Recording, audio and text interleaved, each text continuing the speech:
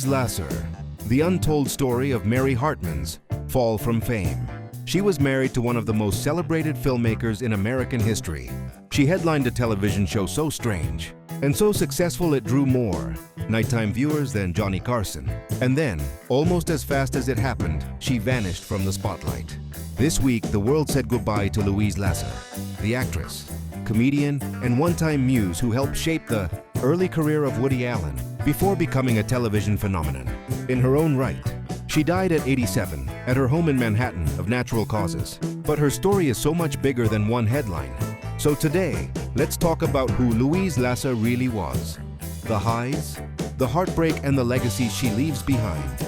Louise Lasser was born on April 11, 1939, in New York City, into a life that looked privileged from the outside. Her father was a well-known tax attorney and author. She grew up with access to a good education and the comforts that came with it. But behind that comfort was real pain. Her mother struggled with mental illness for years, and the family endured something almost unthinkable.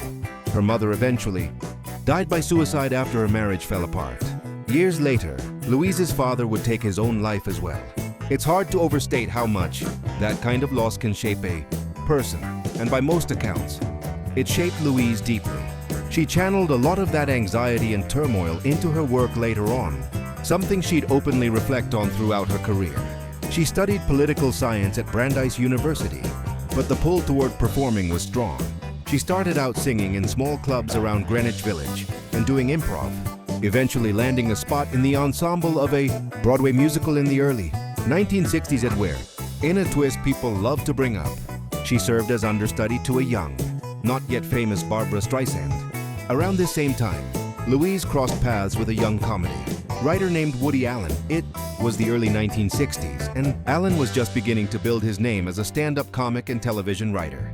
The two connected, creatively and romantically, and by 1966, they were married. For the next 4 years, Louise wasn't just Woody Allen's wife. She was his creative partner and his first real leading lady on screen. She appeared in his early, absurdist comedies, films like What's Up, Tiger Lily?, where she voiced a character in Allen's redubbed spy spoof, and Take the Money and Run, his mockumentary about a bumbling criminal. She'd go on to star in Bananas as well, playing a political activist who catches the eye of Allen's hapless character, a role that let her comedic timing really shine. The marriage ended in divorce in 1970, but the relationship didn't fully end there. Louise later said the two stayed close for years afterward, and she often described Allen as one of the most significant influences on her life, both personally and professionally. She even continued showing up in his films after their divorce, including an uncredited cameo in 1980's Stardust Memories and a starring role in 1972's Everything You Always Wanted to Know About Sex, but were afraid to ask. For a lot of people, that would have been the peak of a career, being the muse behind one of the era's rising comedic voices. But for Louise, it turned out to be just the beginning. In 1976, Louise Lasser landed the role that would define her career, Mary Hartman, in the syndicated satirical soap opera, Mary Hartman, produced by television legend Norman Lear. If you're not familiar with the show, here's the short version. It was a soap opera parody that aired 5 nights a week, following a frazzled, overwhelmed Ohio housewife navigating a world of absurd, dark, and often bizarre storylines. The kind of show where a side character could drown in a bowl of chicken soup and nobody blinked. Underneath the strangeness, though, it was a sharp satire about consumerism, suburban life, and the quiet unraveling of the American housewife. Louise's performance was unlike anything else on television at the time. With her signature pigtails and gingham dresses, she played Mary as sweet and childlike on the surface, but crumbling underneath, a character dealing with what audiences would now recognize as real anxiety and emotional abuse in her marriage. It struck a nerve. The show became a genuine phenomenon, at one point pulling in more viewers than late-night giants like Johnny Carson. Louise later revealed that the storyline where Mary suffers a full nervous breakdown on air was actually her own idea, and by her own account, playing it out was cathartic, a way of processing her own struggles. With anxiety through the safety of a character, the role earned her a Primetime Emmy nomination and, in 1976, an invitation to host Saturday Night Live. She was, for a moment, one of the most talked about women on American television. But Mary Hartman only lasted 2 seasons, wrapping up in 1977 after 325 episodes. And what came after wasn't the sustained superstardom you might expect. Here's the part of Louise Lasser's story that doesn't get told as often. She never actually left the business. She just stopped being a headline. Through the late 70s and 80s, she kept working steadily. Recurring roles on Taxi and It's a Living, guest spots on shows like The Mary Tyler Moore Show, The Bob Newhart Show, St. Elsewhere, and Laverne and Shirley. She wrote and starred in her own TV film. She popped up in cult movies you might not expect, including the horror comedy Frankenhooker in 1990 and Sam Raimi's Crime Wave in 1985, which was co-written by a young Coen brothers duo. In 1998, she landed a standout role in Todd Solondz's dark comedy, Happiness, a film that let her dip back into the kind of uncomfortable, layered material she'd always done best. A year later, she appeared in the superhero spoof Mystery Men.